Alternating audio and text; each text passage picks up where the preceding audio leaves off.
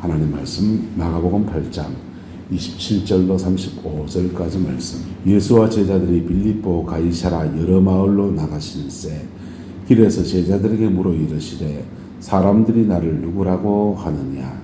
제자들이 여짜와 이르되 세례 요한이라 하고 들어는 엘리야 들어는 선지자 중에 하나라 하나이다. 또 물으시되 너희는 나를 누구라 하느냐. 베드로가 대답하여 이르되 주는 그리스도시니이다 하며 이에 자기의 일을 아무에게도 말하지 말라 경고하시고 죽임을 당하고 사흘 만에 살아나야 할 것을 비로소 그들에게 가르치시되 드러내놓고 이 말씀을 하시니 베드로가 예수를 붙들고 항변하며 예수께서 돌이키사 제자들을 보시고 베드로를 꾸짖어 이르시되 사탄아 내 뒤로 물러가라. 내가 하나님의 일을 생각하지 아니하고 도리어 사람의 일을 생각한도다 하시고 무리와 제자들을 불러 이르시되 누구든지 나를 따라오려거든 자기를 부인하고 자기 십자가를 지고 나를 따를 것이니라.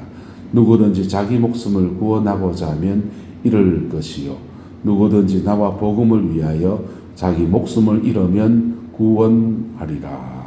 아멘. 이 말씀의 축복과 은혜가 저와 여러분과 우리의 심령 안에 충만하게 되기를 예수 이름으로 축복합니다. 예수님께서 빌립보 가이사라 여러 마을로 나가실 때 제자들에게 물었습니다. 사람들이 나를 누구라고 하느냐. 우리도 이렇게 다른 사람의 시선이나 이런 것도 의식할 때가 있지 않습니까? 주님도 사람들이 나를 누구라고 하느냐라고 물으셨습니다. 그때 제자들이 말씀합니다. 세례 요한이다. 더러는 엘리야다. 더러는 선지자 중에 하나이다. 라고 말했습니다. 이것은 예수님에 대해서 호의를 가지고 있는 사람들이 예수님에 대해서 고백한 이야기들입니다. 예수님이 비난하는 사람들은 저 사람은 나사렛 예수, 나사렛 이단이다. 이단의 개수다. 또는 바알세불의 힘을 힘입어서 귀신을 쫓아낸다. 이런 얘기하면서 저 사람은 술 많이 먹는 드렁컨이라고 영어로 되어 있는데 술을 좋아하는 사람이다. 이렇게 예수님을 비난하는 사람이 있었습니다. 근데 예수님이 제자들에 보고한 모습들은 세례 요한이다. 그런 엘리야다. 그런 선지자 중에 하나다. 이렇게 말을 합니다. 주로 말하는 게 예수님을 선지자라고 지금 호칭하고 있는 것입니다. 세례 요한은 마지막 선지자이고 엘리야는 이스라엘 역사에서 가장 강력한 이적과 기사를 행한 선지자이고 선지자 중에 하나다 할 때는 이 선지자 중에 하나 여러 선지자들을 각 사람들이 마음에 가는데 이사야 선지자다 예레미야다 이렇게 호칭을 하고 어쨌든 그 선지자 중에 어떤 되는 사람이다 이런 뜻도 되고 어쨌든 주로 말하는 게 주님에 대해서 고백하는 것이 선지자다라고 고백을 하고 있습니다. 예수님이 하신 행적 안에서 많은 행적들이 선지자와 비슷한 사역들이 너무나 많았던 것이지요. 근데 주님이 다른 제자들에게 물으십니다. 그래 너희들은 나를 누구라고 하느냐? 베드로가 대답하니를 주는 무엇이니이다? 그리스도시니이다. 마태복음에는 주는 그리스도시요 살아계신 하나님의 아들이시니이다 라고 호칭을 합니다. 자, 제자들의 예수님에 대한 고백은 선지자에서 한 걸음 더 나가서 예수 그리스도가 다윗의 자손, 다윗의 위를 이어가는 그리스도라고 고백을 합니다.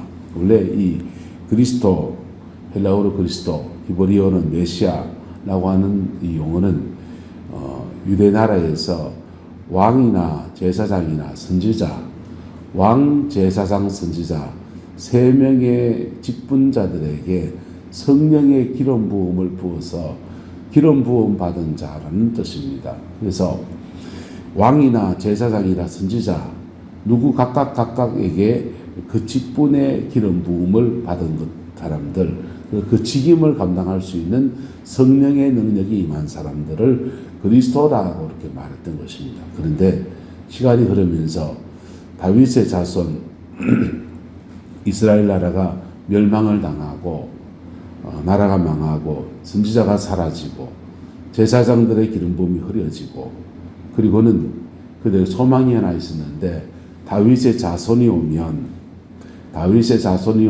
이 나라를 회복시킬 것이다 라고는 다윗의 자손 메시아, 다윗의 자손 기름 부음 받은 다윗의 아들이 등장하는 손잡벌 되는 사람이 등장할 때 그 사람 메시아다 라고 고백하는 것.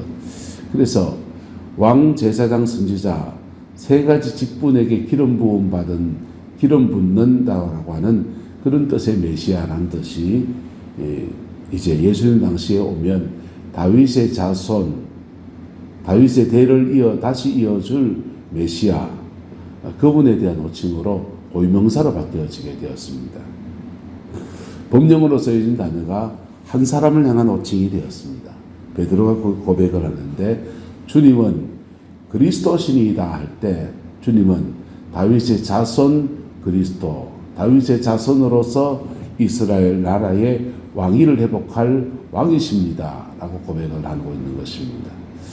자, 오늘 본문에서 두 가지 그리스도가 나옵니다. 하나는 백성들이 고백하는 따라합시다.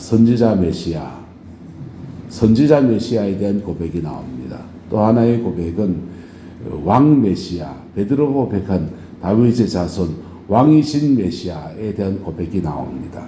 이 두 가지 고백을 고백할 때 예수님께서는 또 다른 얘기를 하시는데 죽임을 당하고 사흘 만에 살아나야 할 것을 비로소 그들에게 가르치기 시작하셨다라고 하셨습니다. 순환의 메시아, 이거는 제사장 메시아인 것입니다. 주님은 선지자 메시아, 왕 메시아, 제사장 메시아, 이 세 가지 메시아식을 모두 다 주님이 가지고 계십니다. 할렐루야. 세 가지 메시아의식을 모두 다 가지고 계셔요. 공생애를 행하셔 가실 때 사단의 권세를 제압하고 사람들에게 하나님의 통치를 풀어서 자유를 베푸는 것은 왕 메시아의 사역입니다. 백성의 죄를 지적하고 백성을 교훈하고 성령의 능력을 나타내면서 그 사람들을 지도하고 끌어내는 것들은 제사장 메시아의 사역이지요. 근데 제자들도 백성들도 고백하지 않는 메시아는 순환의 메시아, 고난의 메시아인 것입니다. 주님은 제사장 메시아의 사역이 예수님에게 가장 중요한 사역이었고 인류사에 가장 큰 획기적인 전환을 가져오는 사역이었던 것입니다. 할렐루야. 주님의 가르침이 귀한 것도 많지만 주님의 이적과 기사의 표적도 귀한 것이 많지만 예수님이 죽으시고 부활하시고 성천하시고 난 뒤에도 지금도 계속해서 예수 그리스도가 우리 가운데 역사하시는 유일한 이유는 그분이 죽임을 당한 메시아, 순환의 메시아인 것입니다. 할렐루야. 예수께서 죽임을 당하고 사흘 만에 살아나시는 것들을 제자들에게 가르치시는데 여러분 구약시대의 제사장 메시아들은 양을 잡아서 백성의 죄를 대속하는 그런 사역들을 감당했습니다. 그런데 예수님, 제사장 메시아이신 예수님은 당신이 죄에 대한 제물도 되시고 그 죄에 대한 제물을 집례하는 제사장도 되시고 주님이 북치고 장구치고를 다 하시는 거예요. 주님이 죄에 대한 제물도 되시고 죄에 대한 집례를 하는 제사장도 되시고 제물도 되시고 제사장도 되셔서 우리의 모든 죄를 사하십니다. 지금은 주님 뭐 하시냐? 죄에 대한 제물은 십자가에서 단회적인 사건으로 다 끝났습니다. 오고 가는 모든 인류의 죄악들을 십자가의 죽으심을 통해서 모두 다 감당하셨어요. 이제는요, 죄에 대한 제물은 끝났고 예수 그리스도께서는 그 죄에 대해서 사하시는 제사장으로서의 사역으로서의 일들을 지금도 감당하고 계십니다. 구약의 제사장들은 여러 가지 흠결이 있어서 자기가 먼저 정결케 하고 그리고 난 뒤에야 백성의 속죄를 위해서 제물을 드려서 그렇게 속죄할 수 있었습니다. 그런데 예수 그리스도께서는 정결하셔서 자신의 죄를 속죄할 필요가 없어요.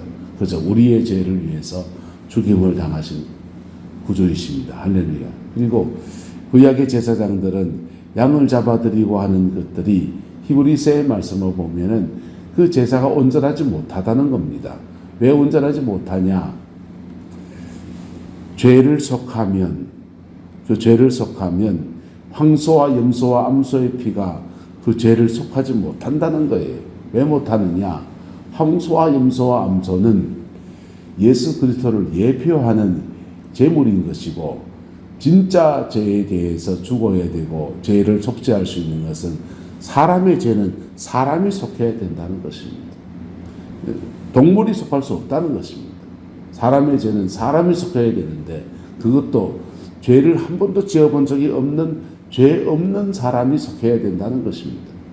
그렇기 때문에 구약의 제사가 그저 예표일 뿐이고 온전케 하는 제사가 되지 못한다는 거예요. 두 번째, 구약의 제사가 온전하지 못한 이유는 구약의 제사는 죄를 기억나게 한다는 것입니다. 진짜 제사는 죽으시고 부활이 함께 따라와야 합니다. 할렐루야. 우리가 하나님 앞에 중심을 들여서 회개하고 나가면 그분이 용서하실 때 주어지는, 응답으로 주어진 역사가 함께 어우러질 때 제사는 완성되어지는 거예요.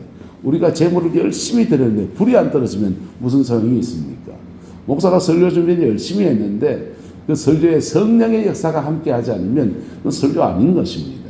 그와 같이 예수님께서 십자가에서 매어 달려 죽음을 당하셨는데 거기에 부활이 함께 하지 않으면 그 제물은, 예수님의 죽으심은 그저 우리의 죄 때문에 죽었다 가는데 그 죄가 어떻게 해결된지 모르는 그런 것과 같은 것입니다. 그래서 로마서는 말합니다.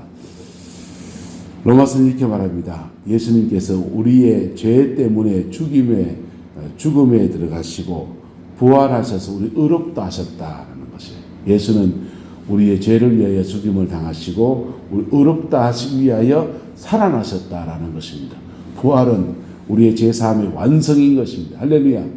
죄사함의 완성이 되었기 때문에 십자가에 죽으시고 부활하시고 난 뒤에는 제자들에게 오셔서 그 사죄를 선포하시고 성령을 부어주시는 것들로 그 예수님의 십자가의 죽으심의 사역이 완성되어지는 것입니다. 그래서 구약의 제사는 죄를 기억나게 하는 것이고 예수 그리스도의 제사는 실제로 죄를 사하는 것입니다. 그 죄사함이 이루어지니까 우리에게는 확정으로 성령이 임해서 우리 안에 주의 성령이 역사하시는 은혜로 그렇게 나타나게 되는 것입니다. 그 복과 은혜가 저와 여러분과 함께하게 되기를 예수님의 이름으로 축복합니다. 십자가를 묵상해 보면 얼마나 마음이 뭉클한지 몰라요. 뭉클한지 몰라요. 주님은 채찍을 맞으시고 우리는 나음을 얻고, 주님은 죽음에 들어가시고 우리는 생명을 얻고, 주님은 엘리 엘리 라마 사막다니 아버지여 아버지여 어찌하여 나를 버리셨나이까. 주님은 버림을 당하시고 우리는 하나님의 자녀로 택함을 받았습니다. 주님은 나무 위에 달려 저주를 받은 바 되시고 우리는 아브라함의 축복에 들어가는 위대한 믿음의 사람이 되었습니다. 주님은 채찍에 맞아서 39대 채찍에 맞아서 육체가 상할 이유가 없는 분이 채찍에 맞아 육체가 상하시고 우리의 상한 육체를 고치시는 신유의 역사를 베풀어 주시는 것이 십자가의 역사입니다. 모든 저주는 십자가에 넘어가고 생명과 축복에 속한 모든 은혜는 오늘 우리에게 주어지는 역사가 바로 보일의 십자가 안에서 이루어지는 것입니다. 할렐루야. 그래서 그 은혜를 이미 다 이루었는데 오늘 우리가 그 제사장 메시아의 은총 안에 들어가기 위해서는 뭐가 필요하느냐. 김동일 교수님이 그런 말씀을 하시더라고요. 하나님과 사람이 만나려면 하나님도 하나 잘려야 되고 사람도 하나 잘려야 된다. 그런 얘기 하십니다.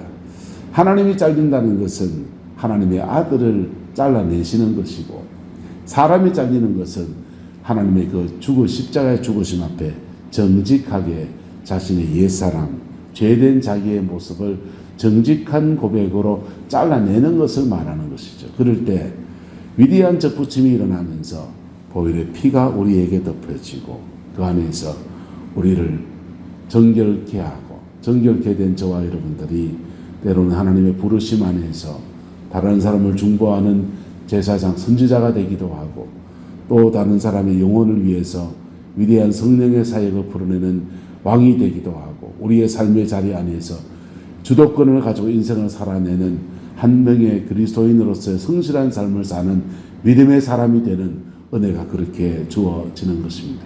그 복과 은혜가 저와 여러분과 우리 내남제일교 안에 이 사순절 주간을 보내면서 충만해지기를 바랍니다.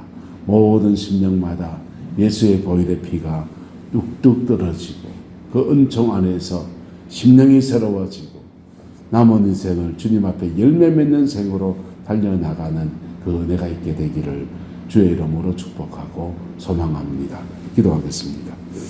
좋으신 아버지 하나님, 우리의 모든 연약함과 둔함과 어리석음을 십자가 앞에 고백할 때에 참 우리가 둔합니다. 참 우리가 어리석습니다. 그러나 어리석다 책망하지 않으시고 미련하다 비난하지 않으시고 십자가 그 사랑으로 늘 받아주시는 주님의 은혜를 찬양합니다. 그 은혜가 오늘 우리 심령 가운데 임하게 하옵시고 우리 내남제일의 모든 성도들 속에 임하게 하옵시고 이 이절이 이 동네 가운데 임하게 하셔서 아버지 하나님 죄를 사함받고 보혈의 피로 정결함을 입고 성령의 능력으로 남은 인생을 살아내며 믿음의 아름다운 열매를 맺는 아름다운 인생의 역사들이 이 동네 가운데 교회 안에 우리 안에 충만하게 자녀 손들 안에 충만하게 하나님 축복하여 주옵소서. 여호와께서 한없는 은혜와 사랑으로 함께해 주시기 원합니다. 예수님의 이름으로 축복하며 기도드리옵나이다.